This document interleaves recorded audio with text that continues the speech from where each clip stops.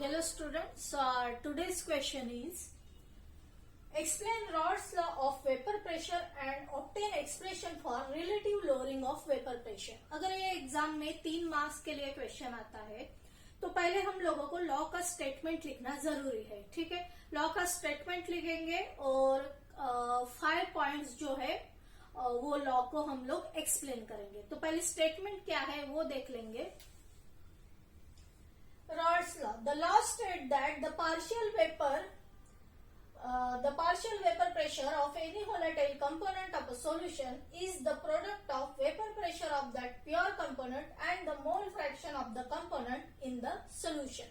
तो ये स्टेटमेंट जो है आप लोगों को लॉ में का जब स्टेटमेंट लिखते हो तब एक भी वर्ड आप लोगों को मिस नहीं करना है। जनरली लॉ जो है वो एज इट इज लिखा जाता है।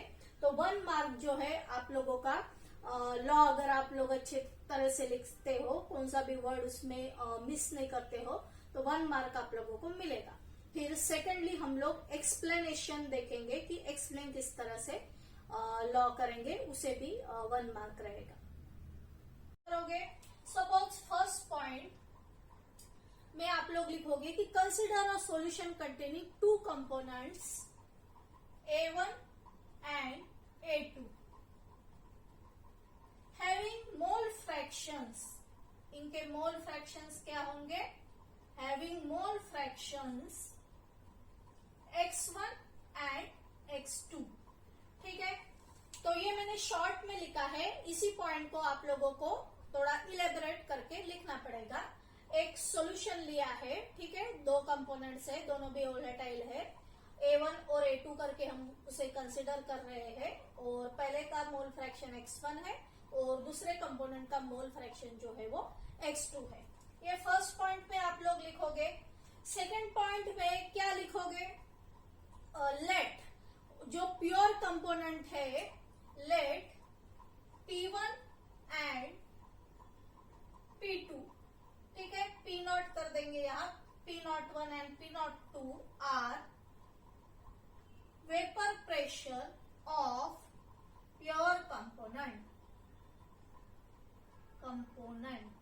ठीक है, ये आप लोगों को देखो समझ में आ रहा है क्या? अगर इस तरह से हम लोग सॉल्यूशन लेते हैं, एक सॉल्यूशन ले लिया, ये सॉल्यूशन में 2 कंपोनेंट है, ठीक है, A1 है और A2 है। सपोज या A1 A2 ये समझने के लिए हम लोग यहाँ ड्रॉ करेंगे A1 A2 A1। ठीक है, तो दोनों भी कंपोनेंट कैसे हैं? वोलेटाइल है, A1 A2 A1 A2। ठीक है, सरफेस के ऊपर दोनों कंपोनेंट के मॉलिक्यूल्स रहेंगे। यहाँ जो है P01 और P02 ये क्या डिनोट कर रहे हैं? सपोज एक ही कंपोनेंट लिया है ये कंटेनर में,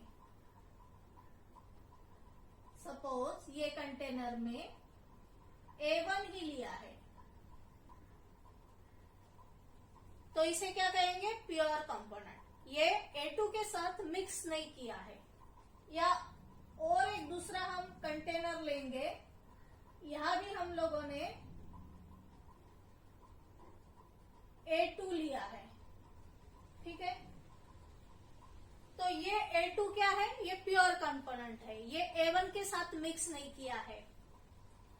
तो अगर कॉम्बिनेशन में लेते हैं, दोनों भी कंपोनेंट साथ में ऐड कर रहे हैं, तो दोनों भी कंपोनेंट अपना वेपर प्रेशर लगाएंगे, दोनों भी कंपोनेंट की यहाँ वेपर फॉर्म होगी और जो भी वेपर प्रेशर क्रिएट होगी that is due to A1 and A2। दोनों भी कंपोनेंट की वजह से यहाँ वेपर्स फॉर्म हो रही है, यहाँ वेपर प्रेशर फॉर्म हो रहा है। तो किसी भी एक कंपोनेंट को हमें डिस्क्राइब करना है। सपोज A1 का प्रेशर हमें बोलना है तो हम लोग ऐसे P1 बोलेंगे, ठीक है, और A2 का अगर प्रेशर डिस्क्राइब करना है तो उसे P2 बोलेंगे। तो इन जनरल इनको हम पार्शियल वेपर प्रेशर करके वर्ड यूज करेंगे। ठीक है, किसी भी एक कंपोनेंट के प्रेशर के बारे में हम लोगों को बोलना है और ये तो हम लोगों ने मिक्स करके लिया है, तो पार्शियल वेपर प्रेशर करके हम लोग उसे बोलेंगे। P1 और P2 क्या है?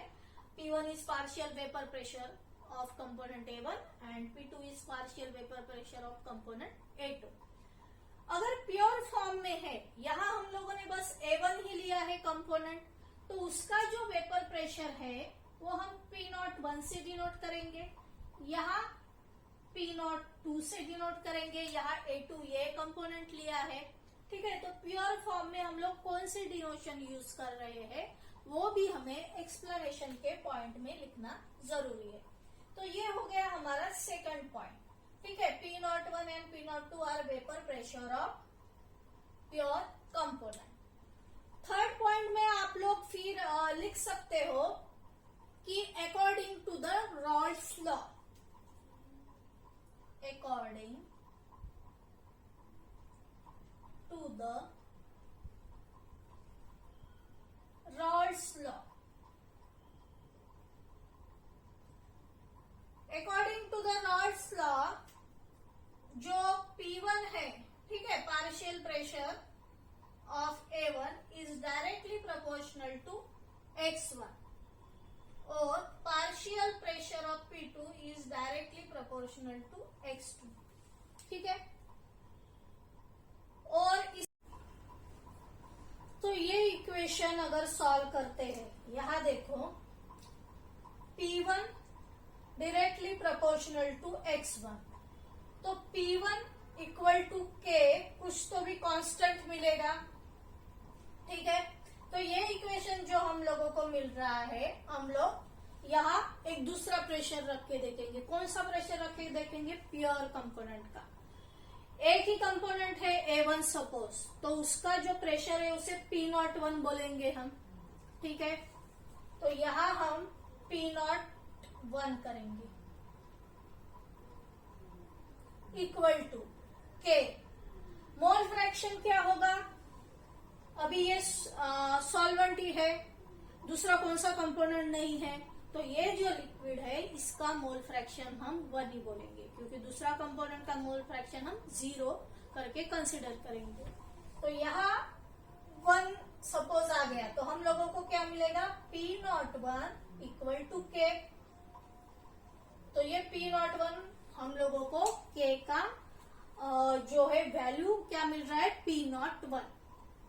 तो हम लोग अभी क्या करेंगे, हम लोगों को पता है कि K P01 हम लोग लिख सकते हैं, तो क्या करेंगे, ये जो इक्वेशन है, ठीक है, P1 इक्वल टू हम लोग लिखेंगे P01 X1, ठीक है।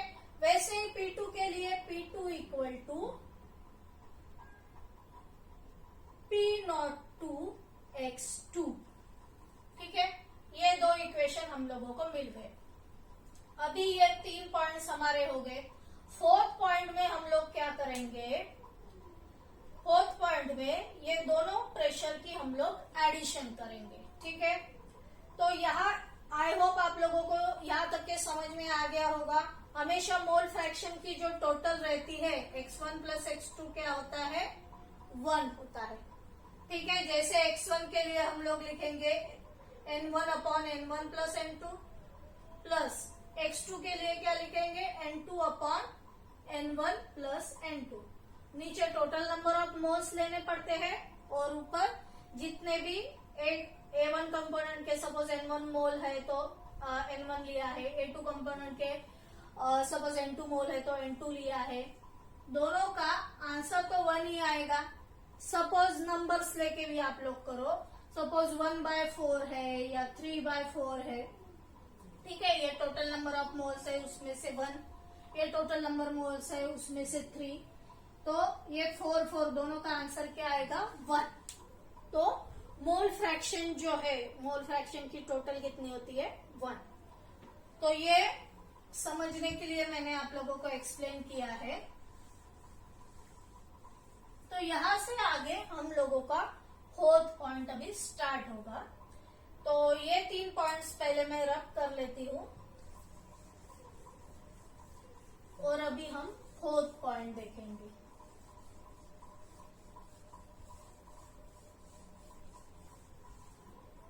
फोर्थ पॉइंट में आप लोग दोनों की टोटल करोगे। टोटल देंगे, पीटी इक्वल टू क्या होगा, पी नॉट वन, ठीक है। पीटी इक्वल टू जो पहला इक्वेशन हम लोगों को मिला था, जैसे P1 इक्वल टू हम लोगों को मिला था P01 x1 प्लस P2 हम लोगों को मिला था P02 और x2।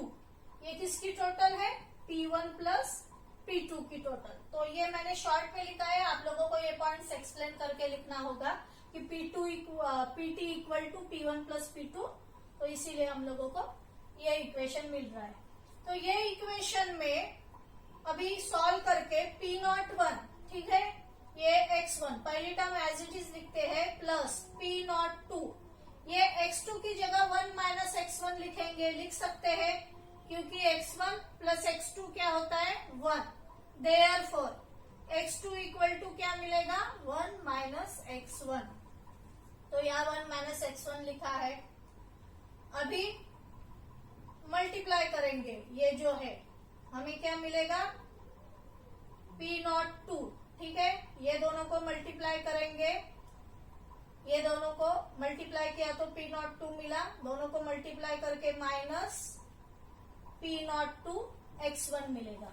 यहाँ दो टर्म हमको दिख रही है जिसमें x1 है, तो ये P02 पहले लिख लेंगे, प्लस क्या करेंगे, ये जो है x1 कॉमन निकालेंगे तो P01 माइनस P02 और x1 जो है ये इस तरह से ब्रैकेट के बाहर लेके जाएंगे, तो हमको फाइनल इक्वेशन क्या मिल रहा है, PT equal to P02 plus P01 minus P02 और ये मल्टीप्लाई बाय x1। सो हम लोग को अभी जो इक्वेशन मिल रहा है that is the equation for Rawls law.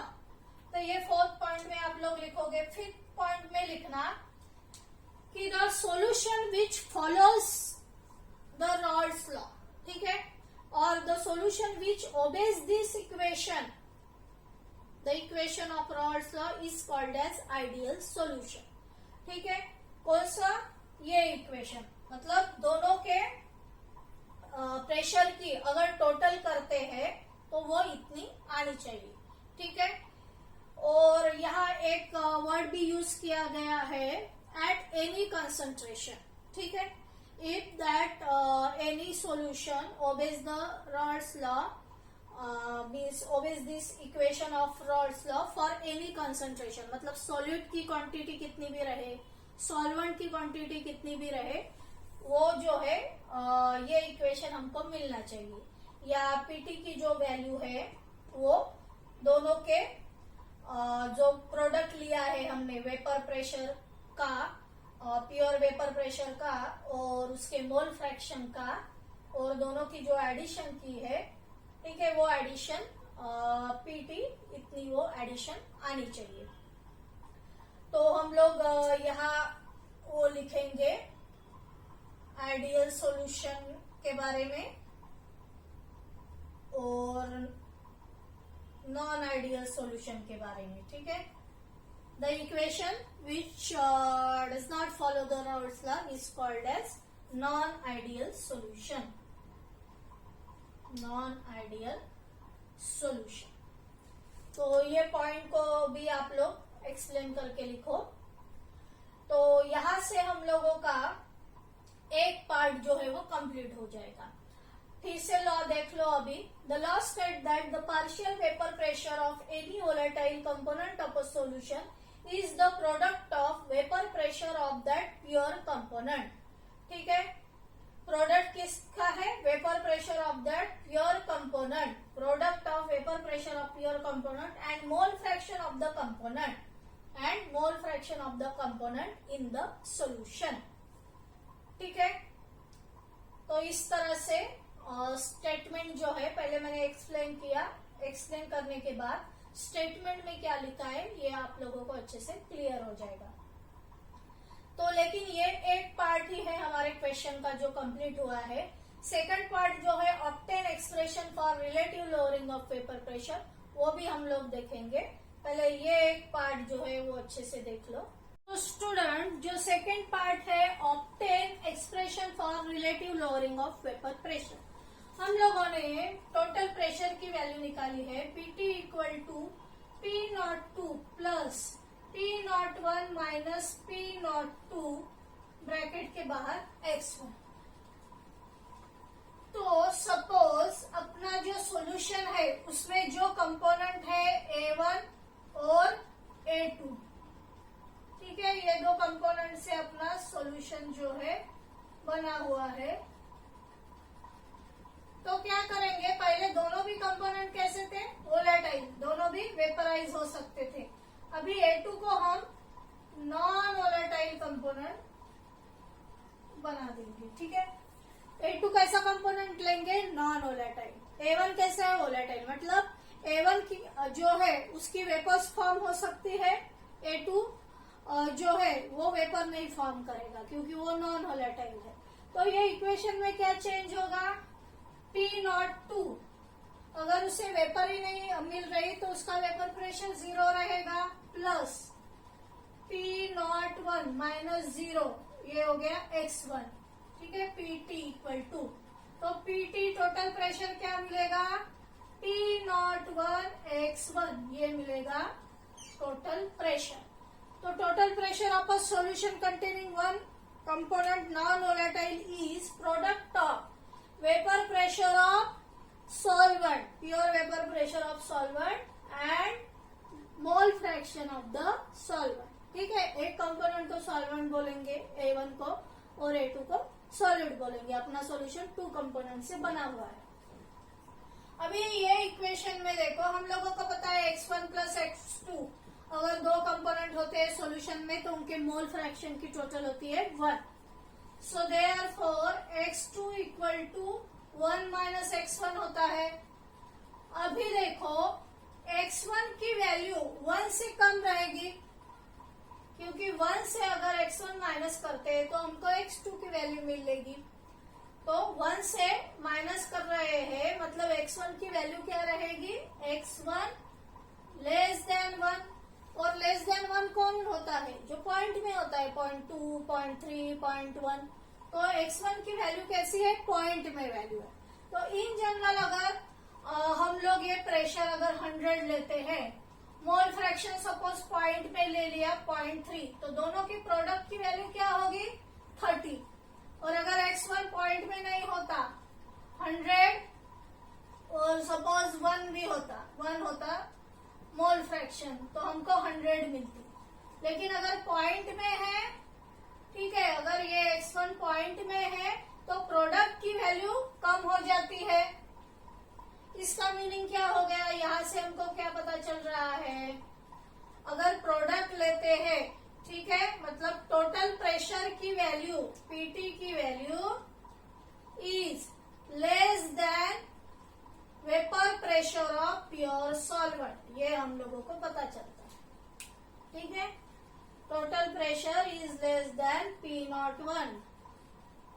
P01 जो प्योर जो प्रेशर है सॉल्वेंट का, उससे टोटल प्रेशर का वैल्यू कैसे रहेगा, कम रहेगा, उसे ही बोलते हैं लोअरिंग ऑफ वेपर प्रेशर।